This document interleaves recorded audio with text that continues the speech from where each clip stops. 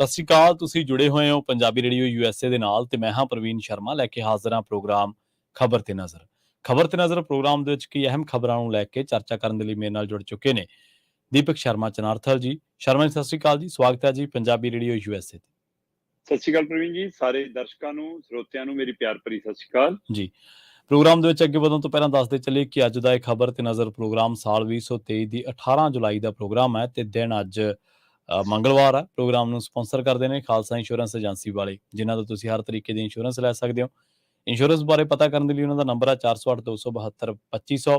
ਟਰਕੀਅਨ immigration ਲਾ firm ਵਾਲੇ ਜੇ ਟਰਕੀਅਨ ਅਟਾਰਨੀ ਟਰਕੀਅਨ ਦੇ ਨਾਲ ਤੁਸੀਂ US ਇਮੀਗ੍ਰੇਸ਼ਨ ਬਾਬਤ ਕੋਈ ਵੀ ਸਲਾਹ ਕਰਨੀ ਹੈ, ਕੋਈ ਵੀ ਸਵਾਲ ਪੁੱਛਣਾ, ਤੇ ਉਹਨਾਂ ਦਾ ਨੰਬਰ ਹੈ 415-909-0503। Gurdeep Singh Birdi Clovis, Satnam Singh Shergill Selma, Visalia family Fresno, Mandeep Singh, Sandeep Kaur San Jose ਤੇ ਮਨਜੀਤ ਸਿੰਘ ਸੈਨ ਹੋਜ਼ੇ। ਇਹਨਾਂ ਸਾਰੇ ਹੀ ਸਪਾਂਸਰਸ ਦਾ ਬਹੁਤ ਬਹੁਤ ਧੰਨਵਾਦ। ਤੇ ਜੇਕਰ ਤੁਸੀਂ ਵੀ ਪੰਜਾਬੀ ਰੇਡੀਓ USA ਦੇ ਇਹਨਾਂ ਪ੍ਰੋਗਰਾਮਾਂ ਨੂੰ ਸਪਾਂਸਰ ਕਰਨਾ ਚਾਹੁੰਦੇ ਹੋ ਤਾਂ ਸਟੂਡੀਓ ਦਾ ਨੰਬਰ ਹੈ 408-272-5200। ਸ਼ਰਮਾ ਜੀ, ਖਬਰਾਂ ਦੀ ਸ਼ੁਰੂਆਤ ਕਰੀਏ ਨੀਤੀ ਆਯੋਗ ਦੀ ਰਿਪੋਰਟ ਤੋਂ। ਇਸ ਰਿਪੋਰਟ ਨੇ ਜੋ ਦਾਅਵੇ ਕੀਤੇ ਨੇ ਉਹ ਬੜੇ ਚਿੰਤਾਜਨਕ ਨੇ। ਹਾਲਾਂਕਿ ਦੇਸ਼ ਭਰ ਦਾ ਮੁਲਾਂਕਣ ਕੀਤਾ ਗਿਆ, ਪਰ ਪੰਜਾਬ ਦੇ ਪਰਸਪੈਕਟਿਵ ਤੋਂ ਦੇਖਿਆ ਜਾਵੇ ਤਾਂ ਚੀਜ਼ਾਂ ਕੋਈ ਬਹੁਤੀਆਂ ਠੀਕ ਨਹੀਂ।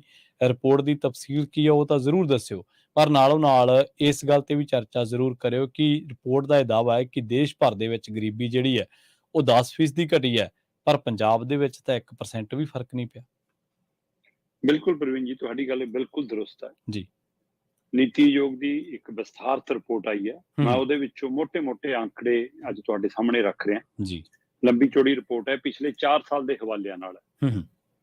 ਸੋ ਇਸ ਲਈ ਜੇਕਰ ਉਸ ਹਵਾਲੇ ਨਾਲ ਸਮਝਿਆ ਜਾਵੇ ਤਾਂ ਲਗਭਗ ਇਹ ਕਹਿ ਸਕਦੇ ਹੋ ਕਿ ਨਰਿੰਦਰ ਮੋਦੀ ਸਰਕਾਰ ਨੇ ਨੀਤੀ ਆਯੋਗ ਦੀ ਰਿਪੋਰਟ ਰਾਹੀਂ ਆਪਣਾ ਰਿਪੋਰਟ ਕਾਰਡ ਰੱਖਿਆ ਤੇ ਉਹ ਪਰ ਰਿਪੋਰਟ ਕਾਰਡ ਕਈ ਚੀਜ਼ਾਂ ਦੇ ਸਵਾਲ ਵੀ ਖੜੇ ਕਰਦਾ ਹੈ ਜੀ। ਬਕਾਇਦਾ ਤੌਰ ਤੇ ਨੀਤੀ ਆਯੋਗ ਦੀ ਰਿਪੋਰਟ ਇਹ ਕਹਿੰਦੀ ਹੈ ਕਿ ਦੇਸ਼ ਦੇ ਅੰਦਰ 4 ਸਾਲਾਂ ਦੇ ਵਿੱਚ 13.5 ਕਰੋੜ 13.5 ਕਰੋੜ ਲੋਕ ਕਹਿੰਦੇ ਗਰੀਬੀ ਰੇਖਾ ਚੋਂ ਬਾਹਰ ਲਿਆਂਦੇ ਗਏ ਨੇ ਜੀ। ਠੀਕ ਹੈ। ਪਿਛਲੇ 4 ਸਾਲਾਂ ਚ ਤੇ ਇਸੇ ਹਵਾਲੇ ਨਾਲ ਦਮ ਭਰਿਆ ਗਿਆ ਕਿ ਬਕਾਇਦਾ ਤੌਰ ਤੇ 2015-16 ਦੀ ਜੇਕਰ ਗੱਲ ਕਰੀਏ ਤਾਂ ਉਸ ਸਮੇਂ ਕਹਿੰਦੇ ਜੀ 24.85% ਲੋਕ ਗਰੀਬ ਸੀਗੇ ਤੇ ਹੁਣ ਕਹਿੰਦੇ 2019-20 ਚ ਜੇਕਰ ਆਪਾਂ ਗੱਲ ਕਰੀਏ ਤਾਂ ਇਹ ਘਟ ਕੇ ਜੀ 14.96 ਕਰੋੜ ਰਹਿ ਗਏ। ਠੀਕ ਹੈ। 96% ਰਹਿ ਗਏ, ਮਤਲਬ 14.96 ਲਗਭਗ 15% ਰਹਿ ਗਏ। ਤੇ ਪਹਿਲਾਂ 24.85 ਸੀ, ਹੁਣ 15%। ਇਹ 10% ਲਗਭਗ ਕਹਿੰਦੇ ਜੀ ਗਰੀਬੀ ਰੇਖਾ ਚੋਂ ਬਾਹਰ ਆ ਗਏ ਲੋਕ। ਠੀਕ ਹੈ। 9.99% ਲੋਕ ਕਹਿੰਦੇ ਜੀ ਗਰੀਬੀ ਰੇਖਾ ਚੋਂ ਬਾਹਰ ਆ ਗਏ। ਮਤਲਬ ਦੇਸ਼ ਦੀ ਔਸਤ 10% ਹੈ ਜਿਹੜੇ ਲੋਕ ਗਰੀਬੀ ਰੇਖਾ ਚੋਂ 4 ਸਾਲਾਂ ਚੋਂ ਬਾਹਰ ਆਏ ਨੇ, ਪਰ ਪੰਜਾਬ ਦੀ ਔਸਤ 1% ਵੀ ਨਹੀਂ ਹੈ। ਓ ਅੱਛਾ ਜੀ। 0.82% ਲੋਕ ਕਹਿੰਦੇ ਜੀ ਪੰਜਾਬ ਚੋਂ ਗਰੀਬੀ ਰੇਖਾ ਚੋਂ ਬਾਹਰ ਆਏ ਨੇ। ਤੇ ਫਿਰ ਕਿਹੜੇ ਹਿੱਲੇ ਨਾਲ ਪਾਰਟੀਆਂ ਸਾਡੀਆਂ ਮੱਲਾਂ ਮਾਰਦੀਆਂ ਨੇ, ਕਿਹੜੇ ਹਿੱਲੇ ਨਾਲ ਦਮ ਭਰਦੇ ਨੇ, ਆ ਜੀ ਪਿਆ। ਸੋ ਪੰਜਾਬ ਦੇ ਅੰਦਰ 1% ਤੋਂ ਵੀ ਘੱਟ ਲੋਕ ਨੇ ਜਿਹੜੇ ਗਰੀਬੀ ਰੇਖਾ ਤੋਂ ਬਾਹਰ ਆਏ, ਜਦੋਂ ਕਿ ਸਾਡਾ ਗਵਾਂਢੀ ਸੂਬਾ ਹਰਿਆਣਾ ਤੇ ਉੱਥੇ 4% ਤੋਂ ਵੱਧ ਲੋਕ ਗਰੀਬੀ ਰੇਖਾ ਚੋਂ ਬਾਹਰ ਆ ਗਏ। ਤੇ ਇੱਥੋਂ ਫਰਕ ਸਮਝ ਆਉਂਦਾ। ਚਲੋ ਇਕੱਲੇ ਇਸੇ ਮਾਮਲੇ ਤੇ ਨਹੀਂ, ਆਪਾਂ ਥੋੜਾ ਜਿਹਾ ਅੱਗੇ ਵੱਧ ਜਾਈਏ। ਜੇਕਰ ਆਪਾਂ ਏਦਾਂ ਗੱਲ ਕਰੀਏ ਤਾਂ ਸਭ ਤੋਂ ਵੱਧ ਦੇਸ਼ 'ਚ ਜੇਕਰ ਕੋਈ ਗਰੀਬੀ ਰੇਖਾ ਚੋਂ ਬਾਹਰ ਆਇਆ ਤਾਂ ਜੀ ਉਹ ਬਿਹਾਰ ਆਇਆ। ਠੀਕ ਹੈ। ਕਿਉਂਕਿ ਉੱਥੇ ਗਰੀਬ ਹੈ ਹੀ ਬਹੁਤ ਨੇ ਜੀ, ਗਰੀਬੀ ਹੈ ਹੀ ਬਹੁਤ ਹੈ। 18% ਤੋਂ ਵੱਧ ਲੋਕ ਉੱਥੋਂ ਬਾਹਰ ਆਏ, ਪਰ ਅਜੇ ਵੀ ਦੇਸ਼ 'ਚ ਸਭ ਤੋਂ ਵੱਧ ਗਰੀਬ ਉਸੇ ਸੂਬੇ 'ਚ ਨੇ। 34% ਲੋਕ ਅਜੇ ਵੀ ਗਰੀਬ ਨੇ ਉੱਥੇ ਜੀ। 18.13% ਬਾਹਰ ਆਉਣ ਤੋਂ ਬਾਅਦ ਵੀ। ਇਸ ਤੋਂ ਅੱਗੇ ਆ ਜਾਓ ਜੀ। ਅੱਗੇ ਖਾਸ ਜਿਹੜਾ ਗੱਲ ਗੌਰ ਕਰਨ ਵਾਲੀ ਹੈ ਪ੍ਰਵੀਨ ਜੀ, ਝਾਰਖੰਡ, ਛੱਤੀਸਗੜ੍ਹ ਤੇ ਗੁਜਰਾਤ। ਠੀਕ ਹੈ ਜੀ। 40% ਆਬਾਦੀ ਇਹਨਾਂ ਸੂਬਿਆਂ ਦੀ ਉਹ ਹੈ ਜਿਹੜੀ ਸੰਤੁਲਿਤ ਭੋਜਨ ਵੀ ਨਹੀਂ ਮਿਲਦਾ ਜੀ। ਮਤਲਬ ਚੰਗੀ ਖੁਰਾਕ ਵੀ ਨਹੀਂ ਮਿਲਦੀ। ਜਵਾਕ ਕੁਪੋਸ਼ਣ ਦੇ ਸ਼ਿਕਾਰ ਹੁੰਦੇ ਨੇ। ਮਾਵਾਂ ਬੱਚੇ ਨੂੰ ਜਨਮ ਦੇਣ ਲਈ ਤੰਦਰੁਸਤ ਨਹੀਂ ਰਹਿੰਦੀਆਂ। ਬਿਲਕੁਲ। ਸੋ ਮੈਂ ਝਾਰਖੰਡ, ਛੱਤੀਸਗੜ੍ਹ ਨੂੰ ਜੇ ਪਰੇ ਵੀ ਕਰ ਦੇਵਾਂ ਤਾਂ ਗੁਜਰਾਤ ਨੂੰ ਨਾ ਭੁੱਲਿਓ। ਗੁਜਰਾਤ ਮਾਡਲ ਵਿੱਚ ਆ ਦੇਸ਼ ਦੇ ਅੰਦਰ। ਤੇ ਗੁਜਰਾਤ ਦੇ ਅੰਦਰ ਜੇਕਰ ਪ੍ਰਧਾਨ ਮੰਤਰੀ ਉਹ ਸੂਬੇ ਦਾ, ਗ੍ਰਹਿ ਮੰਤਰੀ ਉਹ ਸੂਬੇ ਦਾ, ਅਬਾਨੀ ਅਡਾਨੀ ਉੱਥੋਂ, ਤੇ ਲੋਕਾਂ ਨੂੰ ਰੋਟੀ ਵੀ ਨਹੀਂ। ਤੇ ਫਿਰ ਇਹ ਸਵਾਲ, ਇਸ ਲਈ ਇਹ ਨੀਤੀ ਆਯੋਗ ਦੀ ਰਿਪੋਰਟ ਕਈ ਪੱਖ ਤੋਂ ਸਵਾਲ ਖੜੇ ਕਰਦੀ ਆ। ਸਿਹਤ ਦੇ ਮਾਮਲੇ 'ਚ 40% ਝਾਰਖੰਡ, ਛੱਤੀਸਗੜ੍ਹ ਤੇ ਗੁਜਰਾਤ ਦੇ ਲੋਕਾਂ ਨੂੰ ਰੋਟੀ ਨਹੀਂ ਮਿਲਦੀ। ਦੇਸ਼ ਦੀ ਐਵਰੇਜ 31.52% ਹੈ। ਠੀਕ ਹੈ। ਅੱਛਾ। ਦੇਸ਼ ਦੇ ਵਿੱਚ 31.52% ਲੋਕ ਨੇ ਜਿਨ੍ਹਾਂ ਨੂੰ ਮਤਲਬ ਚੰਗੀ ਖੁਰਾਕ ਨਹੀਂ ਮਿਲਦੀ, ਤੇ ਪਰ ਗੁਜਰਾਤ ਦੀ 40% ਹੈ। ਠੀਕ ਹੈ। ਚਲੋ ਸਿੱਖਿਆ 'ਚ ਆਪਾਂ ਗੱਲ ਕਰਕੇ ਹਟੇ ਹਾਂ। ਕਿ ਸਿੱਖਿਆ ਦੇ ਵੱਲ ਜੇਕਰ ਸਮਝਣਾ ਹੋਵੇ ਤਾਂ ਪੰਜਾਬ ਹਰਿਆਣੇ ਤੋਂ ਸਿੱਖਿਆ ਦੇ ਮਾਮਲੇ 'ਚ ਵੀ ਫਾਡੀ ਹੈ ਜੀ। ਅੱਛਾ। ਇੱਕ ਪਾਸੇ ਗਰੀਬੀ 'ਚ ਸਾਡਾ 1% ਘਟ ਰਿਹਾ, ਉਹਨਾਂ ਦੀ 4% ਗਰੀਬੀ ਘਟ ਰਹੀ ਹੈ। ਪਰ ਇੱਧਰ ਹਰਿਆਣੇ 'ਚ 5.51% ਪਰਿਵਾਰ ਉਹ ਨੇ ਪ੍ਰਵੀਨ ਜੀ, ਜਿਹੜੇ ਪਰਿਵਾਰ ਪ੍ਰਾਇਮਰੀ ਤੱਕ ਪੜ੍ਹੇ ਨੇ ਉਹ ਤੋਂ ਅੱਗੇ ਨਹੀਂ ਪੜ੍ਹੇ। ਠੀਕ ਆ। ਮਤਲਬ 5.51% ਪਰਿਵਾਰ ਅਜਿਹੇ ਨੇ ਜਿਹੜੇ ਪ੍ਰਾਇਮਰੀ ਤੋਂ ਗਾਂਹ ਗਏ ਹੀ ਨਹੀਂ ਪੜ੍ਹਨ। ਪਰ ਪੰਜਾਬ ਤਾਂ ਸਾਖਰ ਸੂਬਾ ਮੰਨਿਆ ਜਾਂਦਾ, ਪੰਜਾਬ ਤਾਂ ਵਿਕਸਿਤ ਸੂਬਾ ਮੰਨਿਆ ਜਾਂਦਾ ਹੈ, ਦੇਸ਼ ਦਾ ਨੰਬਰ 1 ਸੂਬਾ ਰਿਹਾ। ਤੇ ਹੁਣ ਤਾਂ ਸਰਕਾਰ ਇੱਥੇ ਸਿੱਖਿਆ ਮਾਡਲ ਵਾਲੀ ਆਈ ਆ, ਤੇ ਪਿਛਲੀ ਸਰਕਾਰਾਂ ਦੇ ਸਮੇਂ ਵੀ ਬੜੇ ਦਮ ਭਰੇ ਗਏ ਸੀ। ਸੋ ਲਓ ਜੀ, ਹਰਿਆਣੇ 'ਚ 5.51% ਉਹ ਲੋਕ ਨੇ ਜਿਹੜੇ ਪ੍ਰਾਇਮਰੀ ਤੋਂ ਅੱਗੇ ਨਹੀਂ ਗਏ। ਪੰਜਾਬ ਦੇ ਵਿੱਚ 7% ਨੇ ਜੀ, 6.72% ਤੋਂ ਜ਼ਿਆਦਾ ਜੀ, 6.72% ਤੋਂ ਵੱਧ ਲੋਕ ਪੰਜਾਬ 'ਚ ਉਹ ਵਸਦੇ ਨੇ ਜਿਹੜੇ ਪ੍ਰਾਇਮਰੀ ਤੋਂ ਅੱਗੇ ਪੜ੍ਹਾਈ ਕਰਨੇ ਨਹੀਂ ਗਏ। ਸੋ ਇਸ ਲਈ ਕਿੰਨੇ ਸਵਾਲ ਸਾਡੇ ਮੂਹਰੇ ਖੜੇ ਨੇ। ਦੇਸ਼ ਦੇ ਵਿੱਚ 10.16% ਦੀ ਆਬਾਦੀ ਅਜਿਹੀ ਹੈ ਜਿਨ੍ਹਾਂ ਕੋਲ ਅਜੇ ਵੀ ਪ੍ਰਵੀਨ ਜੀ ਕੋਈ ਜਾਇਦਾਦ ਨਹੀਂ ਹੈਗੀ। ਠੀਕ ਹੈ। ਤੇ ਇੱਥੇ ਦਮ ਭਰਿਆ ਗਿਆ ਕਿ ਦੇਸ਼ ਦੁਨੀਆ ਭਰ ਦੇ ਵਿੱਚ ਸਰਵ ਸ਼ਕਤੀਮਾਨ ਬਣ ਗਿਆ। ਕੀ ਬਣ ਗਿਆ ਜੀ, ਹੈ ਨਾ, ਦੁਨੀਆ ਦੀ ਤਾਕਤ, ਵਿਸ਼ਵ ਗੁਰੂ। ਹਾਂਜੀ। ਸੋ ਬੜੇ ਦਮ ਭਰਨ ਵਾਲੇ ਇਸ ਗੱਲ ਦੇ ਉੱਤੇ ਗੌਰ ਕਰਨ ਕਿ ਭਾਈ ਦੇਸ਼ ਦੇ ਵਿੱਚ 10.16% ਦੀ ਆਬਾਦੀ ਅਜਿਹੀ ਹੈ, 10% ਤੋਂ ਵੱਧ ਆਬਾਦੀ ਅਜਿਹੀ ਹੈ ਜਿਹਦੇ ਕੋਲ ਕੋਈ ਜਾਇਦਾਦ ਨਹੀਂ। ਹੁਣ ਕਿਹਨੂੰ ਜਾਇਦਾਦ ਮੰਨਦੇ ਹੋ ਪ੍ਰਵੀਨ ਜੀ ਤੁਸੀਂ? ਮਤਲਬ ਬੰਦੇ ਕੋਲ ਮਕਾਨ, ਘਰ, ਕੋਈ ਵਾਹਨ, ਕੋਈ ਬੜੀ ਚੀਜ਼, ਇਹ ਜਾਇਦਾਦ? ਪਰ ਮੈਂ ਜਿਹੜੀ ਚੀਜ਼ ਦੱਸ ਰਿਹਾ ਜੀ, ਇਹ ਕਿਹੜੇ ਨੇ ਜਿਨ੍ਹਾਂ ਕੋਲ ਘਰ-ਬਾਰ ਤਾਂ ਛੱਡੋ, ਇਹ ਉਹ ਲੋਕ ਨੇ ਪ੍ਰਵੀਨ ਜੀ ਜਿਨ੍ਹਾਂ ਕੋਲ ਰੇਡੀਓ ਤੱਕ ਨਹੀਂ ਹੈਗਾ, ਟੈਲੀਵਿਜ਼ਨ ਤੱਕ ਨਹੀਂ ਹੈਗਾ, ਜਿਨ੍ਹਾਂ ਕੋਲ ਮੋਬਾਈਲ ਤੱਕ ਨਹੀਂ ਹੈਗਾ, ਸਾਈਕਲ ਤੇ ਮੋਟਰਸਾਈਕਲ ਜੋ ਵੀ ਕੁਝ ਨਹੀਂ ਹੈਗਾ। ਠੀਕ ਹੈ। ਇਹੋ ਜਿਹੀ ਗਰੀਬੀ ਵੀ ਅਜੇ ਦੇਸ਼ 'ਚ ਹੈਗੀ। ਤੇ ਇਸ ਲਈ ਇਹ ਚੋਣ ਡਰਾਮੇ, ਇਸ਼ਤਿਹਾਰ ਡਰਾਮੇ, ਪ੍ਰਚਾਰ ਡਰਾਮੇ, ਵਿਸ਼ਵ ਗੁਰੂ ਦੇ ਦਮ। ਆਪਾਂ ਉਸ ਦਿਨ ਵੀ ਗੱਲ ਕਰ ਰਹੇ ਸੀ ਕਿ ਚੰਦਰਯਾਨ ਤੇ ਭੇਜਣ ਦੇ ਲਈ ਜੇਕਰ ਕਿਸੇ ਦਾ ਯੋਗਦਾਨ ਹੈ ਤਾਂ ਉਹ ਵਿਗਿਆਨੀਆਂ ਦੀ ਹਿੰਮਤ ਹੈ। ਉੱਥੇ ਜੇ ਟੁੱਟ ਜਾਵੇ ਤਾਂ ਵਿਗਿਆਨੀ ਨੂੰ ਗੱਲ ਲਾ ਕੇ ਆਪ ਲੋ ਡਰਾਮਾ ਕਰ ਲੋ, ਤੇ ਜੇ ਪਹੁੰਚ ਜਾਵੇ ਤਾਂ ਮੇਰੇ ਕਾਰਨ ਪਹੁੰਚਿਆ, ਤਾਂ ਸਾਡੀ ਸਰਕਾਰ ਦੇ ਕਾਰਨ ਪਹੁੰਚਿਆ। ਤੇ ਪਰ ਧਰਤੀ ਤੇ ਆਹ ਹਾਲ ਹੈ ਕਿ ਦੇਸ਼ ਦੇ ਵਿੱਚ ਆਪਣੇ ਹੀ ਪ੍ਰਧਾਨ ਮੰਤਰੀ ਦੇ ਆਪਣੇ ਸੂਬੇ 'ਚ 40% ਲੋਕਾਂ ਨੂੰ ਰੋਟੀ ਨਹੀਂ ਮਿਲਦੀ ਪੂਰੀ, ਤੇ ਦੇਸ਼ 31% ਲੋਕਾਂ ਨੂੰ, ਅਜੇ ਵੀ 31.52, 31.5% ਲੋਕਾਂ ਨੂੰ ਪੂਰੀ ਰੋਟੀ ਨਹੀਂ ਮਿਲਦੀ। ਤੇ ਇੱਧਰ 10% ਤੋਂ ਵੱਧ ਆਬਾਦੀ ਉਹ ਹੈ ਜਿਨ੍ਹਾਂ ਕੋਲ ਕੋਈ ਸਾਈਕਲ, ਸਕੂਟਰ, ਮੋਟਰਸਾਈਕਲ, ਕਾਰ ਤਾਂ ਬਹੁਤ ਦੂਰ ਦੀ ਗੱਲ ਹੈ, ਮਤਲਬ ਰੇਡੀਓ ਤੇ ਫੋਨ ਤੱਕ ਨਹੀਂ ਹੈਗਾ ਜੀ। ਤੇ ਚਲੋ, ਇਹ ਸਭ ਦੇ ਦਰਮਿਆਨ ਇੱਕ ਹੋਰ ਗੌਰ ਕਰਨ ਵਾਲੀ ਗੱਲ ਜੀ, ਘਰ ਘਰ ਸਿਲੰਡਰ। ਮੈਂ ਗੁਜਰਾਤ ਦਾ ਇੱਕ ਪਿੰਡ ਦੇਖ ਕੇ ਆਇਆ ਪ੍ਰਵੀਨ ਜੀ, 2 ਘਰਾਂ 'ਚ ਮੈਨੂੰ ਸਿਲੰਡਰ ਮਿਲਿਆ। ਹੈਗੇ ਨੇ ਪਿੰਡ। ਮੈਂ ਸੋਚਦਾ ਸੀਗਾ ਕਿ ਸਾਡਾ ਪੰਜਾਬ ਤਾਂ ਬਹੁਤ ਅੱਗੇ ਹੈ, ਪਰ ਆ ਲੋ ਪੰਜਾਬ 'ਚ ਵੀ ਅਜੇ ਵੀ 25% ਤੋਂ ਵੱਧ ਲੋਕ ਉਹ ਨੇ ਜਿਨ੍ਹਾਂ ਕੋਲ ਸਿਲੰਡਰ ਨਹੀਂ ਹੈਗਾ, ਲੱਕੜ ਬਾਲ ਕੇ ਚੁੱਲ੍ਹਾ ਬਾਲਦੇ ਨੇ। ਠੀਕ ਹੈ। 25.33% ਲੋਕ ਪੰਜਾਬ 'ਚ ਵੀ ਜਿਹੇ ਹੈਗੇ। ਹਰਿਆਣੇ 'ਚ ਇਸ ਮਾਮਲੇ 'ਚ ਹਰਿਆਣਾ ਸਭ ਤੋਂ ਅੱਗੇ ਹੈ। ਹਰਿਆਣਾ ਮਤਲਬ ਕਿ ਇਸ ਮਾਮਲੇ 'ਚ ਫਾਡੀ ਕਹਿ ਸਕਦੇ ਹਾਂ ਆਪਾਂ ਸਭ ਤੋਂ, ਉੱਥੇ 34.74% ਨੇ, ਹੈ ਨਾ। ਤੇ ਇਸੇ ਤਰ੍ਹਾਂ ਗੁਜਰਾਤ 34% ਨੇ, ਹਰਿਆਣਾ 43% ਲੋਕ ਹੈ ਜਿਨ੍ਹਾਂ ਕੋਲ ਸਿਲੰਡਰ ਨਹੀਂ ਹੈਗਾ, ਜਿਹੜੇ ਚੁੱਲ੍ਹਾ ਬਾਲਦੇ ਨੇ। ਤੇ ਹਿਮਾਚਲ 52% ਸਭ ਤੋਂ ਮੂਹਰੇ ਹੈ ਜੀ ਇਸ ਮਾਮਲੇ 'ਚ।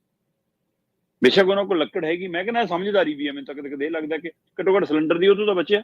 ਹਾਂ, ਪਰ ਦਰਖਤ ਵੱਢ ਕੇ ਜੇ ਫੂਕ ਰਹੇ ਉਹ ਗਲਤ ਹੈ। ਜਿਹੜੇ ਆਪਣੇ ਅੱਗੇ ਪਿੰਡਾਂ 'ਚੋਂ ਡੱਕੇ ਚੁਗਲੇ, ਲੱਕੜ ਚੁਗਲੀ, ਹੈ ਨਾ, ਟਾਹਣੀਆਂ ਗਿਰੀਆਂ ਹੋਈਆਂ, ਉਸ ਹਵਾਲੇ ਨਾਲ ਤਾਂ ਸਭ ਠੀਕ ਹੈ। ਪਰ ਇਹਦੇ ਹਵਾਲੇ ਨਾਲ ਸਰਕਾਰ ਤਾਂ ਇਹ ਕਹਿੰਦੀ ਹੈ ਕਿ ਅੱਖਾਂ ਦਾ ਧੂੰਆਂ ਜੀ, ਬਿਮਾਰੀਆਂ ਜੀ, ਰੋਗ ਜੀ, ਗਲੇ ਦੇ ਜੀ, ਜੀ ਆ ਦਮਾ ਜੀ, ਇਹ ਸਾਰਾ ਕੁਝ ਹੁੰਦਾ। ਤੇ ਫਿਰ ਸਿਲੰਡਰ ਸਸਤਾ ਕਰ ਦੋ ਨਾ ਜੀ। ਤੇ ਤੁਹਾਡੀ ਅਵਾਨੀ ਡਾਨੀ ਦਾ ਗੈਸ ਪੈਪ ਕਿਉਂ ਪਾ ਰਹੇ ਹੋ? ਦੇ ਦਿਓ ਲੋਕਾਂ ਨੂੰ ਸਹੂਲਤ। ਤੇ ਤੁਸੀਂ ਤਾਂ ਦਮ ਭਰਿਆ ਸੀ, ਸਿੱਧੀ ਸਬਸਿਡੀ 3 ਰੁਪਏ ਆਉਂਦੀ ਹੈ ਪ੍ਰਵੀਨ ਜੀ ਸਿਲੰਡਰ ਦੀ ਸਬਸਿਡੀ।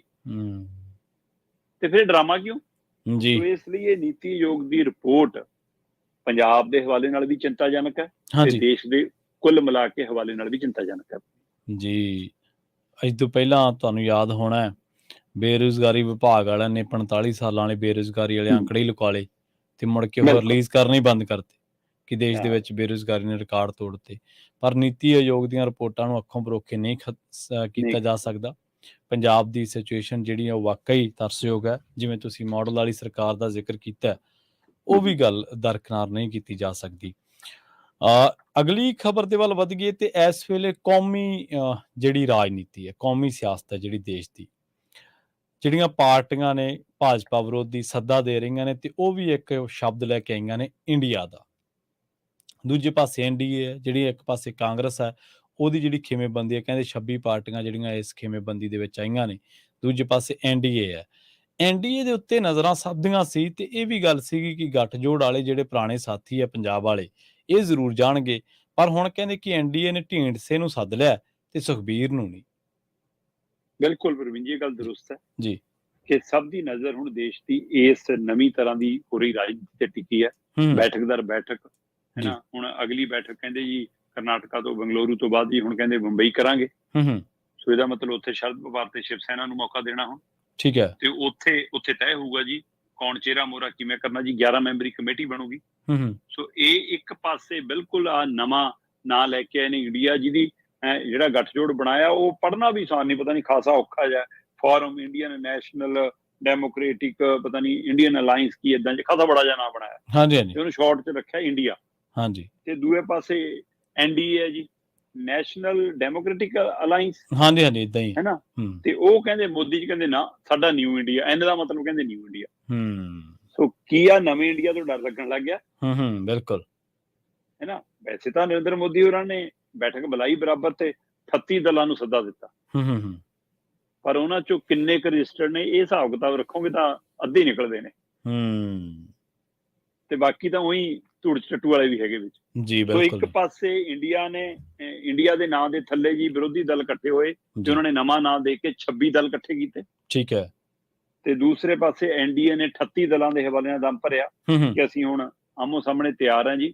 ਤੇ ਇੱਧਰ ਨਵੇਂ ਇੰਡੀਆ ਵਾਲੇ ਕਹਿੰਦੇ ਜੀ ਕਾਂਗਰਸ 317 ਤੇ ਲੜਨਾ ਚਾਹੁੰਦੀ ਆ 543 ਚੋਂ। ਉਹ ਕਹਿੰਦੀ 173 ਸੀਟਾਂ ਬਾਕੀ ਭਾਈਵਾਲ ਲਈ ਛੱਡ ਦਾਂਗੇ। ਮੇਰੇ ਪਰ ਸਹਿਮਤੀ ਬਣਦੀ ਹੈ ਨਹੀਂ ਬਣਦੀ ਜਾਂ ਵੱਧ ਛੱਡਣੀਆਂ ਪੈਂਦੀਆਂ ਵੱਧ ਦੀ ਗੱਲ ਹੈ। ਸੋ ਇਹ ਦੇਖਣ ਵਾਲੀ ਗੱਲ, ਕਿਉਂਕਿ ਉਹ ਤਾਂ ਅਗਲੇ ਕਹਿੰਦੇ 200 ਤੋਂ ਵੱਧ ਨਹੀਂ ਦੇਣੀਆਂ ਇਹਨਾਂ ਨੂੰ। ਸੋ ਇਹ ਸਾਰੇ ਦੇ ਵਰਤਾਰੇ ਤੇ ਨਤੀਸ਼ ਹੋਰੀ ਪਹਿਲਾਂ ਚਲੇ ਗਈ ਪ੍ਰੈਸ ਕਾਨਫਰੰਸ ਉੱਠ ਕੇ, ਇਹਦੀ ਵੀ ਚਰਚਾ ਖਾਦੀ ਹੈ। ਠੀਕ ਹੈ ਨਾ। ਪਰ ਜਿਸ ਕਦਰ ਸਾਰੇ ਇਕੱਠੇ ਹੋਏ, ਦੁਬਾਰਾ ਕੇਜਰੀਵਾਲ ਦਾ ਨਾਲ ਆਉਣਾ, ਮਮਤਾ ਦਾ ਨਾਲ ਆਉਣਾ, ਨਤੀਸ਼ ਹੋਣੀ ਹੈ ਨਾ, ਇਹ ਸਾਰੇ 26 ਦਲਾਂ ਦਾ ਉਹਨੇ ਤਰੇੜੀਆਂ ਤਾਂ ਲਿਆਂਦੀਆਂ ਪਈਆਂ ਜੀ ਐਨਡੀਏ ਨੂੰ। ਤੇ ਐਨਡੀਏ ਨੂੰ ਭਾਜੜਾਂ ਦਾ ਪਈਆਂ। ਔਰ ਇਹ ਸਭ ਦੇ ਲਈ ਮੋਦੀ ਜੀ ਕਹਿੰਦੇ ਸਾਥ ਤੋਂ ਆ ਸਕਤੇ ਹੈ, ਪਾਸ ਨਹੀਂ ਆ ਸਕਤੇ ਜੀ। ਤੇ ਨਰਿੰਦਰ ਮੋਦੀ ਕਹਿੰਦੇ ਇਕੱਠਿਆਂ ਤੁਰਦੇ ਤਾਂ ਦੇਖ ਸਕਦੇ ਆ, ਪਰ ਨਾਲੋਂ ਨਾਲ ਨਹੀਂ ਰਹਿ ਸਕਦੇ। ਸੋ ਦੇਖਦੇ ਹਾਂ ਜੀ ਉਹਨਾਂ ਦੀ ਇਸ ਗੱਲ 'ਚ ਇਹ ਗੱਲ ਮਤਲਬ ਕਿ ਪੰਜਾਬ ਦੇ ਦੇਸ਼ ਦੇ ਆਮ ਵਰਗਾਂ ਦੇ ਜਾਂ ਮੀਡੀਆ ਦੇ ਹਵਾਲੇ 'ਚ ਵੀ ਚਰਚਾ ਚੱਲਦੀ ਹੈ ਕੀ ਇਹ ਸੀਟ ਬਟਵਾਰੇ ਤਾਂ ਇਕੱਠੇ ਰਹਿਣਗੇ। ਤੇ ਇੱਧਰ ਐਨਡੀਏ ਮੂਹਰੇ ਜਿਹੜੀ ਨਵੀਂ ਚੁਣੌਤੀ ਹੈ ਜੀ ਉਹ ਇਹ ਹੈ ਕਿ ਪੁਰਾਣੇ ਦਲ ਕਿੱਥੇ ਜਾਣਗੇ ਜੀ। ਪ੍ਰਵੀਨ ਜੀ, ਨਰਿੰਦਰ ਮੋਦੀ ਨੇ ਇਸ ਐਨਡੀਏ ਦੀ ਬੈਠਕ ਦੇ ਵਿੱਚ 3 ਬੰਦਿਆਂ ਨੂੰ ਯਾਦ ਕੀਤਾ। ਠੀਕ ਹੈ। ਅਟਲ ਬਿਹਾਰੀ ਵਾਜਪਾਈ, ਪ੍ਰਕਾਸ਼ ਸਿੰਘ ਬਾਦਲ ਜੀ ਤੇ ਬਾਲਾ ਸਾਹਿਬ ਠਾਕਰੇ। ਬਾਲਾ ਸਾਹਿਬ ਠਾਕਰੇ ਵੀ ਨਹੀਂ ਹੈਗੇ, ਪ੍ਰਕਾਸ਼ ਸਿੰਘ ਬਾਦਲ ਵੀ ਨਹੀਂ ਹੈਗੇ, ਵਾਜਪਾਈ ਵੀ ਨਹੀਂ ਹੈਗੇ ਜੀ। ਪਰ ਵਾਜਪਾਈ ਦੀ ਸੋਚ ਹੈ ਬੀਜੇਪੀ ਕੋਲ ਜਾਂ ਨਹੀਂ ਇਹ ਤਾਂ ਨਹੀਂ ਪਤਾ, ਪਰ ਉਹਨਾਂ ਦੀ ਪਾਰਟੀ ਜ਼ਰੂਰ ਹੈਗੀ ਐਨਡੀਏ 'ਚ, ਹੈ ਨਾ। ਪਰ ਦੂਈ ਬਾਦਲਾਂ ਵਾਲਾ ਟੱਬਰ ਵੀ ਨਹੀਂ ਹੈਗਾ, ਬਾਦਲਾਂ ਵਾਲੀ ਪਾਰਟੀ ਵੀ ਨਹੀਂ ਹੈਗੀ ਤੇ ਬਾਲਾ ਸਾਹਿਬ ਠਾਕਰੇ ਵਾਲਾ ਵੀ ਟੱਬਰ ਨਹੀਂ ਹੈਗਾ। ਉਹ ਦੂਏ ਪਾਸੇ ਬੈਠੇ ਨੇ। ਸੋ ਨਾ ਇਹ ਯਾਦ ਕਰ ਰਹੇ ਨੇ ਕਿ ਇਹ ਰਾਜਨੀਤਿਕ ਚਾਲ ਸੀ ਜੀ। ਇਹ ਨਾਂ ਲੈ ਕੇ ਉਹਨਾਂ ਹਲਕਿਆਂ ਦੇ ਅੰਦਰ ਆਪਣਾ ਇਹ ਜਚਾਉਣਾ ਕਿ ਮੈਂ ਉਹਨਾਂ ਦਾ ਬਹੁਤ ਸਤਿਕਾਰ ਕਰਦਾ, ਜਾਂ ਇੱਕ ਸੱਚਮੁੱਚ ਮਤਲਬ ਕਿ ਨਰਿੰਦਰ ਮੋਦੀ ਨੂੰ ਲੱਗਦਾ ਕਿ ਜੇਕਰ ਉਹ ਹੁੰਦੇ ਤਾਂ ਸ਼ਾਇਦ ਮੇਰੇ ਲਈ ਗੱਠਜੋੜ ਆਸਾਨ ਹੁੰਦਾ ਜੀ। ਸੋ ਇਹ ਪਰ ਪ੍ਰਕਾਸ਼ ਸਿੰਘ ਬਾਦਲ ਦਾ ਜੇ ਜ਼ਿਕਰ ਕੀਤਾ ਤਾਂ ਅੱਜ ਕੱਲ੍ਹ ਸੁਖਬੀਰ ਬਾਦਲ ਨੇ ਲਾਣੇਦਾਰ ਆਪੇ ਫੈਸਲਾ ਕਰ ਲੈਂਦੇ ਨੇ ਕਿ ਆਂਗਣਵਾੜੀ ਵਰਕਰ ਵਾਲੀ ਬੀਬੀ ਨੂੰ ਅਸੀਂ ਪ੍ਰਧਾਨ ਬਣਾਉਣਾ ਤੇ ਬਾਕੀ ਬੀਬੀਆਂ ਨਾਰਾਜ਼ ਹੋ ਜਾਣ ਚਾਹੇ। ਉਹ ਸੁਖਬੀਰ ਸਿੰਘ ਬਾਦਲ ਨੂੰ ਸੱਦਾ ਹੀ ਨਹੀਂ ਦਿੱਤਾ ਜੀ। ਠੀਕ ਹੈ।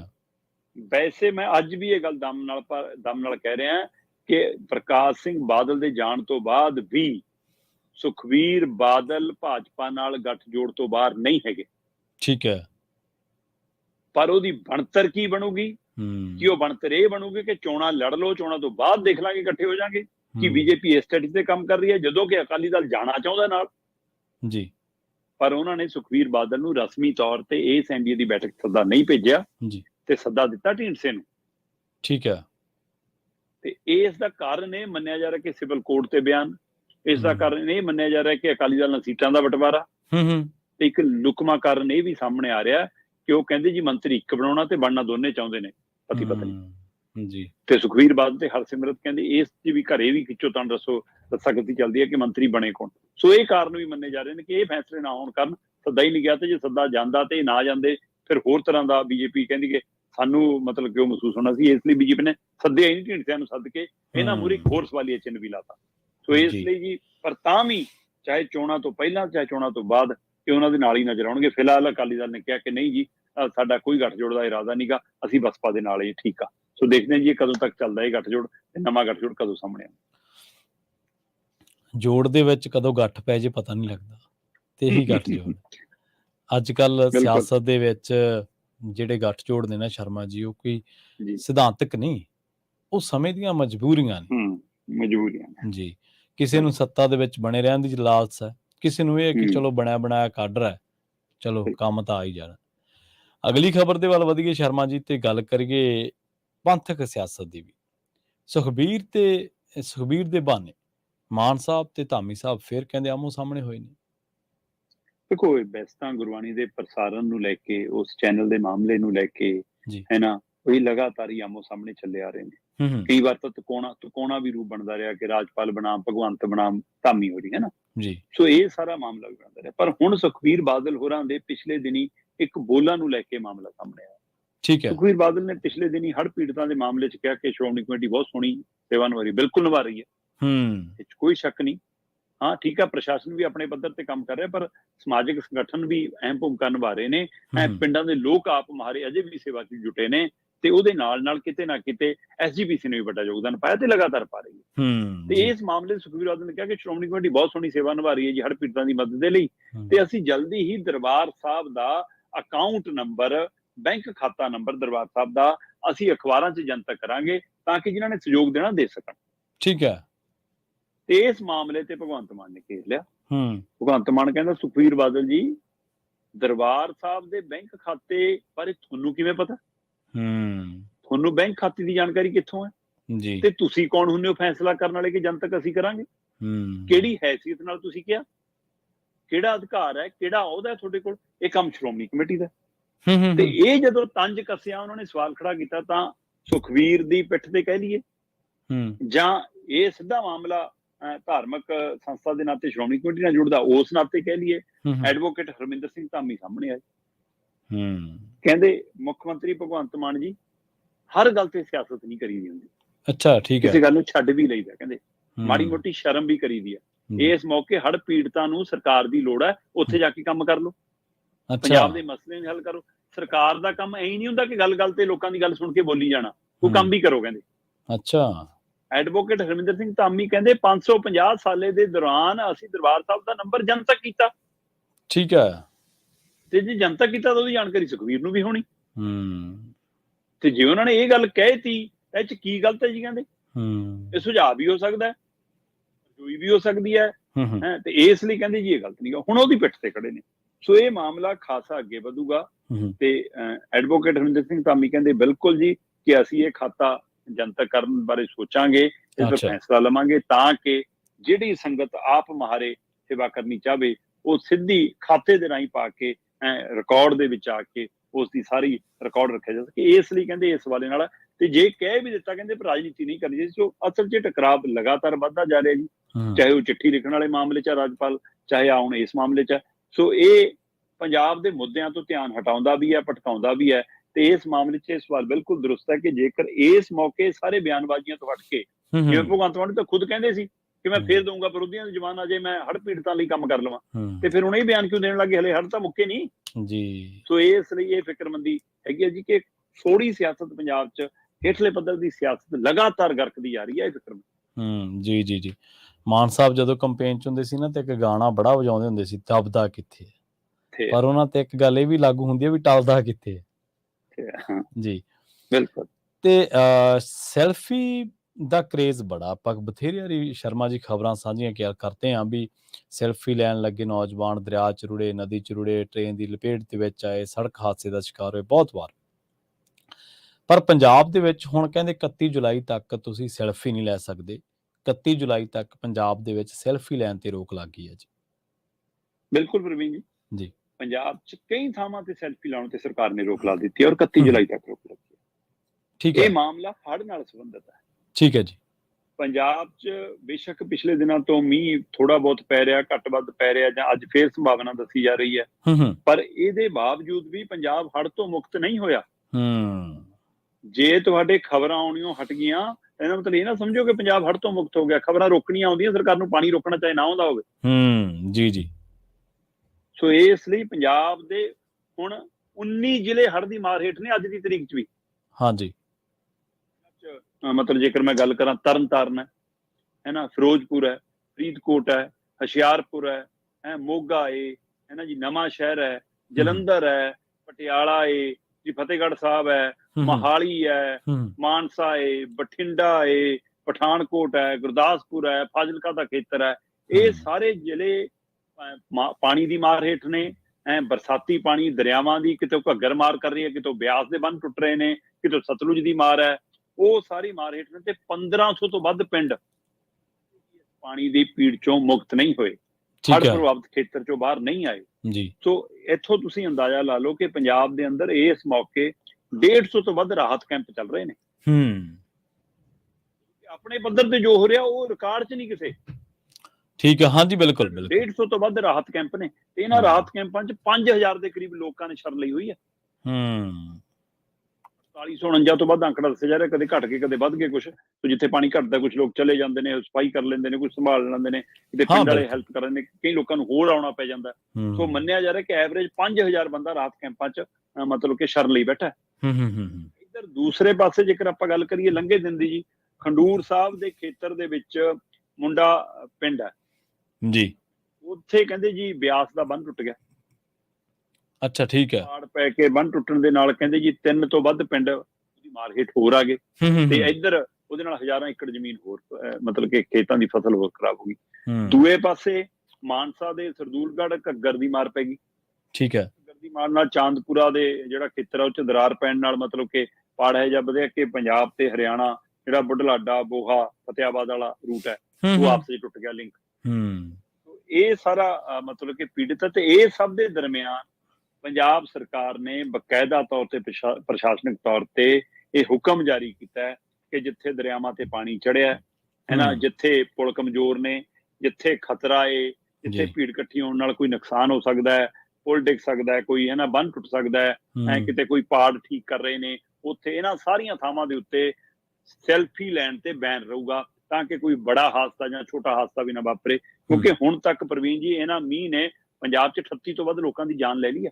ਹਾਂਜੀ, ਬਿਲਕੁਲ 2 ਤੋਂ ਵੱਧ ਲੋਕ ਲਾਪਤਾ ਨੇ ਜੀ, 50 ਤੋਂ ਵੱਧ ਜ਼ਖਮੀ, ਸੱਟ ਫੇਟ, ਨੁਕਸਾਨੇ ਜਾਣ ਦੀਆਂ ਖਬਰਾਂ ਨੇ, ਤੇ ਘਰ-ਬਾਰ ਜੋ ਬਰਬਾਦ ਹੋਇਆ, ਫਸਲਾਂ ਦਾ ਬਰਬਾਦ ਹੋਇਆ, ਉਹਦਾ ਤਾਂ ਕੋਈ ਅੰਦਾਜ਼ਾ ਹੀ ਨਹੀਂ, ਕਰੋੜਾਂ 'ਚ ਨੁਕਸਾਨ ਹੈ। ਸੋ ਇਸ ਲਈ ਕੋਈ ਜਾਨੀ ਮਾਲੀ ਹੋਰ ਨੁਕਸਾਨ ਨਾ ਹੋਵੇ, ਇਹਦੇ ਲਈ ਮੀਂਹ ਪ੍ਰਭਾਵਿਤ ਖੇਤਰ ਦੇ ਵਿੱਚ 31 ਜੁਲਾਈ ਤੱਕ ਪੰਜਾਬ ਸਰਕਾਰ ਨੇ ਸੈਲਫੀ ਲੈਣ ਤੇ ਪੂਰੀ ਤਰ੍ਹਾਂ ਰੋਕ ਲਾ ਦਿੱਤੀ। ਠੀਕ ਹੈ ਜੀ। ਤੇ ਜਾਂਦੇ ਗੱਲ ਕਰੀਏ ਸ਼ਰਮਾ ਜੀ ਸਰਕਾਰੀ ਬਾਬੂਆਂ ਦੀ। ਅਗਲਾ ਕਹਿੰਦਾ ਯਾਰ ਨਜ਼ਾਰੇ ਆ ਤੁਹਾਡੇ ਬਈ, ਤੜਕੇ ਟੌਰ ਨਾਲ ਨਹਾ ਧੋ ਕੇ ਰੋਟੀ ਵਾਲਾ ਡੱਬਾ ਹੱਥ 'ਚ ਫੜ ਕੇ ਕਾਰ 'ਚ ਰੱਖ ਕੇ ਜਾਂਦੇ ਆ ਤੇ ਸ਼ਾਮ ਨੂੰ ਦਿਨ ਖੜੇ ਹੀ ਆ ਜਾਂਦੇ ਆ। ਪਰ ਹੁਣ ਇੱਕ ਸਰਕਾਰ ਵੱਲੋਂ ਐਲਾਨ ਕਹਿ ਲਓ ਜਾਂ ਇੱਕ ਖਬਰ ਆ ਰਹੀ ਹੈ ਜਿਹੜੀ ਅਫਸਰਾਂ ਦੀ ਨੀਂਦ, ਖਾਸ ਕਰਕੇ ਤੜਕੇ ਵਾਲੀ ਨੀਂਦ, ਉਹ ਖਰਾਬ ਕਰ ਦੂਗੀ। ਕਹਿੰਦੇ 4 ਮਹੀਨੇ ਖੁੱਲ੍ਹਣੇ ਆ ਦਫ਼ਤਰ ਸਵੇਰੇ 7:30 ਵਜੇ। ਪ੍ਰਵੀਨ ਜੀ, ਅਸਲ 'ਚ ਕੀ ਹੈ ਕਿ ਇਸ ਵਾਰ ਗਰਮੀਆਂ ਦੇ ਵਿੱਚ ਮੁੱਖ ਮੰਤਰੀ ਭਗਵੰਤ ਮਾਨ ਹੋਰਾਂ ਨੇ ਤਜਵੀਜ਼ ਲਿਆਂਦੀ ਸੀ ਕਿ ਇਹਦੇ ਨਾਲ ਬਿਜਲੀ ਬਚੂਗੀ ਜੀ। ਅਸੀਂ ਸਵੇਰੇ 7:30 ਵਜੇ ਦਫ਼ਤਰ ਲਾਵਾਂਗੇ ਤੇ ਟਾਈਮ ਸਿਰ ਮਤਲਬ ਕਿ 8 ਘੰਟੇ ਡਿਊਟੀ ਦੇ ਹਿਸਾਬ ਨਾਲ 3:30 ਵਜੇ ਛੁੱਟੀ ਹੋ ਜਾਇਆ ਕਰੂਗੀ। ਤੇ ਉਸ ਹਵਾਲੇ ਨਾਲ ਇਹ 2.5 ਮਹੀਨੇ ਤਜਵੀਜ਼ ਚੱਲੀ ਪੰਜਾਬ ਦੇ ਵਿੱਚ। ਬਕਾਇਦਾ ਤੌਰ ਦੇ ਉੱਤੇ 2 ਮਈ ਤੋਂ ਲੈ ਕੇ 15 ਜੁਲਾਈ ਤੱਕ 7:30 ਵਜੇ ਦਫ਼ਤਰ ਖੁੱਲੇ। ਤੇ ਇਹਦੀ ਇੱਕ ਸਰਵੇ ਰਿਪੋਰਟ ਵੀ ਸਾਹਮਣੇ ਆਈ ਸਰਕਾਰ ਦੇ ਹਵਾਲੇ ਨਾਲ ਵੀ। ਸਰਕਾਰ ਕਹਿੰਦੀ ਹੈ 25% ਬਿਜਲੀ ਬਚੀ। ਠੀਕ ਹੈ। ਤੇ ਇਹ ਤਾਂ ਇਕੱਲੀ ਬਿਜਲੀ ਨਹੀਂ ਬਚੀ, ਉਹ ਕਹਿੰਦੇ ਜਿਹੜੇ ਮੁਲਾਜ਼ਮ, ਅਧਿਕਾਰੀ, ਬਾਬੂ ਸਵੇਰੇ 7:30 ਵਜੇ ਦਫ਼ਤਰ ਆਉਂਦੇ ਸੀ, 3:30 ਘਰੇ ਜਾਂਦੇ ਸੀ, ਅਜੇ ਦੁਪਹਿਰ ਦੀ ਰੋਟੀ ਵੀ ਘਰੇ ਜਾ ਕੇ ਖਾ ਲੈਂਦੇ। ਠੀਕ ਹੈ। ਇਹਦੇ ਨਾਲ ਕਹਿੰਦੇ ਕਿ ਇਹ ਵੀ ਹੈ ਕਿ ਪਰਿਵਾਰ ਨੂੰ ਸਮਾਂ ਦੇਣ ਦਾ ਮੌਕਾ ਵੀ ਮਿਲ ਗਿਆ ਉਹਨਾਂ ਨੂੰ ਸ਼ਾਮ ਨੂੰ। ਆਪਣੇ ਪਰਿਵਾਰ ਨਾਲ ਵੱਧ ਸਮਾਂ ਗੁਜ਼ਾਰ ਲੈਂਦੇ ਆ। ਸਵੇਰੇ ਜਵਾਕ ਵੀ ਤਾਂ 7:30 ਸਕੂਲ ਜਾਂਦੇ ਹੀ ਹੈ। ਬਿਲਕੁਲ ਸਹੀ। ਲੋਕ ਵੀ ਤਾਂ ਨਿਕਲਦੇ ਆ। ਇਸ ਲਈ ਮਜ਼ਦੂਰ ਤਾਂ ਇਹ ਤੋਂ ਵੀ ਪਹਿਲਾਂ ਵਿਚਾਰਾ ਨਿਕਲ ਜਾਂਦਾ, ਕਿਸਾਨ ਤਾਂ ਇਹ ਤੋਂ ਪਹਿਲਾਂ ਨਿਕਲ ਜਾਂਦਾ। ਇਸ ਲਈ ਕਹਿੰਦੇ ਕਿ ਇਹ ਸਹੀ। ਤੇ ਉਹਦੇ ਨਾਲ ਉਹ ਕਹਿੰਦੇ ਕਿ ਲੋਕਾਂ ਨੂੰ ਬਹੁਤ ਰਾਹਤ ਮਿਲੀ ਕਿ 2-2 ਘੰਟੇ ਨਹੀਂ ਤਾਂ ਦੁਪਹਿਰ ਦੇ ਖਾਣੇ ਤੇ ਬਾਬੂ ਸੀਟ ਤੇ ਨਹੀਂ ਲੱਭਦੇ ਸੀ। ਹਾਂਜੀ। ਉਹ ਤੇ ਦੂਜਾ ਸਾਜਰੇ ਜਾ ਕੇ ਪਿੰਡਾਂ ਦੇ ਲੋਕਾਂ ਨੂੰ ਸਾਜਰੇ ਉੱਠਣ ਦੀ ਆਦਤ ਹੈ, ਸਾਜਰੇ ਕੰਮ ਹੋ ਜਾਂਦਾ। ਕਿ ਇਸ ਲਈ ਕਹਿੰਦੇ ਸਾਰਿਆਂ ਲਈ ਠੀਕ ਆ। ਹੋ ਸਕਦਾ ਜਿਵੇਂ ਤੁਸੀਂ ਕਿਹਾ ਕਈਆਂ ਨੂੰ ਨੀਂਦ ਗਵਾਉਣ ਦਾ ਨੁਕਸਾਨ ਹੁੰਦਾ ਹੋਵੇ, ਤੇ ਕਈ ਖੁਸ਼ ਹੋਣਗੇ ਕਿ ਦਿਨ ਖੜੇ ਹੋਰ ਸੱਜਰੇ ਆਉਂਦੇ ਆ ਘਰੇ, ਐਂ ਜੀ। ਲੱਗਦਾ ਕਿ ਲੈ ਵੀ ਦਿਨੇ ਘਰੇ ਆ ਗਏ, ਅੱਧੀ ਦਿਨ ਦੀ ਜਿਵੇਂ ਛੁੱਟੀ ਹੋ ਗਈ। ਇਸ ਲਈ ਕਈਆਂ ਨੇ ਇਸ ਹਿਸਾਬ ਨਾਲ ਲਿਆਉਣਾ। ਜੀ। ਸੋ ਪਰ ਪੰਜਾਬ ਸਰਕਾਰ ਨੇ ਇਸ ਦਮ ਨਾਲ ਕਿ ਲੋਕ ਵੀ ਖੁਸ਼ ਨੇ, ਹੂੰ ਮੁਲਾਜ਼ਮ ਵੀ ਖੁਸ਼ ਨੇ, ਹੂੰ ਪਰਿਵਾਰ ਵੀ ਖੁਸ਼ ਨੇ, ਜੀ। ਤੇ ਕੰਮ ਵੀ ਸਮੇਂ ਸਿਰ ਹੋਣ ਲੱਗ ਗਏ, ਤੇ ਇਸ ਲਈ ਕਹਿੰਦੇ ਬਿਜਲੀ ਵੀ 25% ਬਚ ਗਈ। ਅਗਲੀ ਵਾਰ ਅਸੀਂ ਹੁਣ 2.5 ਮਹੀਨਿਆਂ ਦੀ ਬਜਾਏ 4 ਮਹੀਨੇ ਕਰਾਂਗੇ। ਸੋ 2024 ਦੇ ਵਿੱਚ 1 ਅਪ੍ਰੈਲ ਤੋਂ ਲੈ ਕੇ 31 ਜੁਲਾਈ ਤੱਕ 4 ਮਹੀਨਿਆਂ ਦੇ ਲਈ ਸਮਾਂ ਸਵੇਰੇ 7:30 ਵਜੇ ਤੋਂ ਲੈ ਕੇ 3:30 ਵਜੇ ਤੱਕ ਦਾ ਹੋਣਾ ਜੀ। ਇਹ ਤਜਵੀਜ਼ ਲਗਭਗ ਫਾਈਨਲ ਹੋਈ ਹੈ, ਤੇ ਇਸ ਦੇ ਹਵਾਲੇ ਨਾਲ ਦਫ਼ਤਰਾਂ ਦੇ ਵਿੱਚ ਨਵੀਂ ਚਰਚਾ ਫਿਰ ਛਿੜੀ ਹੈ। ਕਈ ਖੁਸ਼ ਨੇ, ਕਈਆਂ ਨੂੰ ਮਾਂ ਵਾਦੀ ਤੇ ਕਈਆਂ ਨੂੰ ਮਾਂ ਸਵਾਦੀ। ਦੇਖੋ ਜਿਨ੍ਹਾਂ ਨੂੰ ਤਾਂ ਨੀਂਦ ਪਿਆਰੀ ਹੈ ਤੇ ਬਿਸਤਰਾ ਛੱਡਣਾ ਬੜਾ ਔਖਾ, ਮੰਜਾ ਛੱਡਣਾ ਬੜਾ ਔਖਾ, ਉਹਨਾਂ ਲਈ ਤਾਂ ਇਹ ਜਿਹੜਾ ਤੁਹਾਨੂੰ ਪਤਾ ਹੀ ਹੈ ਨਾ ਕਿ ਕਿੰਨਾ ਔਖਾ ਹੋਊਗਾ ਆਰਾਮ ਛੱਡਣਾ। ਪਰ ਜਿਹੜੇ ਬੰਦੇ ਹਿੰਮਤੀ ਨੇ, ਸਿਰੜੀ ਨੇ, ਜਿਨ੍ਹਾਂ ਨੂੰ ਇਹ ਵੀ ਲਾਲਚ ਆ ਵੀ ਚਲੋ ਟਾਈਮ ਸਿਰ ਜਾਵਾਂਗੇ, ਟਾਈਮ ਸਿਰ ਆਵਾਂਗੇ ਤੇ ਆ ਕੇ ਕਿਸੇ ਹੋਰ ਕੰਮ ਨੂੰ ਹੱਥ ਪਾਵਾਂਗੇ, ਉਹ ਕਹਿੰਦੇ ਹੋਣਗੇ ਚੱਲ ਇਦਾਂ ਹੀ ਹੈ। ਮੁੱਕਦੀ ਗੱਲ ਕੰਮ ਕਰਨ ਦੇ ਇਰਾਦੇ ਤੇ ਆ ਸ਼ਰਮਾ ਜੀ। ਜਿਹਦਾ ਇਰਾਦਾ ਉਹਨੇ ਘੰਟਾ 2 ਘੰਟੇ ਪਹਿਲਾਂ ਵੀ ਕੰਮ ਨੂੰ ਹੱਥ ਪਾ ਲੈਣਾ, ਤੇ ਜਿਹਨੇ ਨਹੀਂ ਕਰਨਾ ਉਹਨੇ ਨਾ 8 ਵਜੇ ਕਰਨਾ ਤੇ ਨਾ 1 ਵਜੇ ਕਰਨਾ। ਬਿਲਕੁਲ ਸ਼ਰਮਾ ਜੀ, ਇਹਨਾਂ ਖਾਸ ਖਬਰਾਂ ਤੇ ਖਾਸ ਜਾਣਕਾਰੀਆਂ ਦੇਣ ਦੇ ਲਈ ਤੁਹਾਡਾ ਬਹੁਤ ਬਹੁਤ ਧੰਨਵਾਦ ਜੀ। ਬਹੁਤ ਸ਼ੁਕਰੀਆ ਜੀ। ਸੋ ਇਸ ਗੱਲ ਦੇ ਲਈ ਆਪਾਂ ਬਿਲਕੁਲ ਜਿਹੜਾ ਪੰਜਾਬੀ ਰੇਡੀਓ USA ਤੇ ਦੱਸਦੇ ਚੱਲੀਏ ਕਿ ਜਾਣ ਤੋਂ ਪਹਿਲਾਂ ਕਿ ਪੰਜਾਬੀ ਰੇਡੀਓ USA ਦੇ ਵਿੱਚ ਇਸ ਵੇਲੇ ਜਿਹੜਾ ਆਰਟ ਕੈਂਪ ਆ ਬੱਚਿਆਂ ਦਾ, ਉਹ ਸਫਲਤਾਪੂਰਵਕ ਤਰੀਕੇ ਦੇ ਨਾਲ ਜਾਰੀ ਹੈ, ਤੇ ਉਸ ਦੇ ਵਿੱਚ ਜਿਹੜੇ ਮਾਪੇ ਆ ਰਹੇ ਨੇ ਤੇ ਜਿਹੜੇ ਆਪਣੇ ਬੱਚਿਆਂ ਨੂੰ ਲੈ ਕੇ ਆ ਰਹੇ ਨੇ, ਉਹ ਮਾਪੇ ਬੜੇ ਹਿੰਮਤੀ ਦਲੇਰ ਨੇ, ਜਿਹੜੇ ਸਮੇਂ 'ਚ ਸਮਾਂ ਕੱਢ ਕੇ ਇੱਥੇ ਪਹੁੰਚ ਰਹੇ ਨੇ ਤੇ ਬੱਚਿਆਂ ਦੇ ਵਿੱਚ ਕਲਾ ਸਾਹਿਤ ਨੂੰ ਜੋੜਨ ਦਾ ਜਿਹੜਾ ਤਹੱਈਆ ਉਹ ਕਰ ਰਹੇ ਨੇ। ਇਹਦੇ ਨਾਲ ਨਾਲ ਤੁਹਾਨੂੰ ਸਭ ਨੂੰ ਸੱਦਾ ਹੈ ਕਿ ਜਿਹੜੀ ਪ੍ਰਦਰਸ਼ਨੀ ਲੱਗੀ ਹੋਈ ਹੈ, ਕਲਾ ਪ੍ਰਦਰਸ਼ਨੀ, ਪਰਮ ਸਿੰਘ ਜਿਹੜੇ ਕਿ ਕੈਨੇਡਾ ਦੇ ਵਿੱਚ ਵਸਦੇ ਨੇ ਤੇ ਉਹ ਹਮੇਸ਼ਾ ਸਿੱਖ ਇਤਿਹਾਸ ਦੇ ਉੱਤੇ ਕੇਂਦਰਿਤ ਪੇਂਟਿੰਗਸ ਜਿਹੜੀਆਂ ਨੇ ਉਹ ਬਣਾਉਂਦੇ ਨੇ, ਤਸਵੀਰਾਂ, ਤਾਂ ਉਹਨਾਂ ਦੀ ਹੌਸਲਾ ਅਫਜ਼ਾਈ ਤੇ ਆਪਣੇ ਇਤਿਹਾਸ ਨੂੰ ਜਾਣਨ ਦੇ ਲਈ ਉਸ ਕਲਾ ਪ੍ਰਦਰਸ਼ਨੀ ਦੇ ਵਿੱਚ ਵੀ ਤੁਸੀਂ ਜਿਹੜਾ ਜ਼ਰੂਰ ਪਹੁੰਚੋ। ਪਤਾ 2125 ਨਾਰਥ ਬਾਰਟਨ ਐਵੀਨਿਊ, ਫ੍ਰੈਜ਼ਨੋ। ਤੁਹਾਡੇ ਆਪਣੇ ਸ਼ਹਿਰ ਦੇ ਵਿੱਚ ਤੇ ਨੇੜੇ ਤੇੜੇ ਦੇ ਜਿਹੜੇ ਇਲਾਕੇ ਦੇ ਵਿੱਚ ਵਸਦੇ ਪੰਜਾਬੀ ਭਾਈਚਾਰੇ ਦੇ ਲੋਕ ਹੈ, ਜਾਂ ਜਿਸ ਕਿਸ ਤੇ ਵੀ ਤੁਸੀਂ ਸੁਣ ਰਹੇ ਹੋ, ਤਾਂ ਤੁਸੀਂ ਇੱਥੇ ਪਹੁੰਚ ਸਕਦੇ ਹੋ। ਬਹੁਤ ਬਹੁਤ ਧੰਨਵਾਦ ਸ਼ਰਮਾ ਜੀ, ਇੱਕ ਵਾਰ ਫਿਰ ਤੋਂ ਸਤਿ ਸ੍ਰੀ ਅਕਾਲ ਜੀ। ਬਹੁਤ ਸ਼ੁਕਰੀਆ, ਸਤਿ ਸ੍ਰੀ ਅਕਾਲ ਜੀ।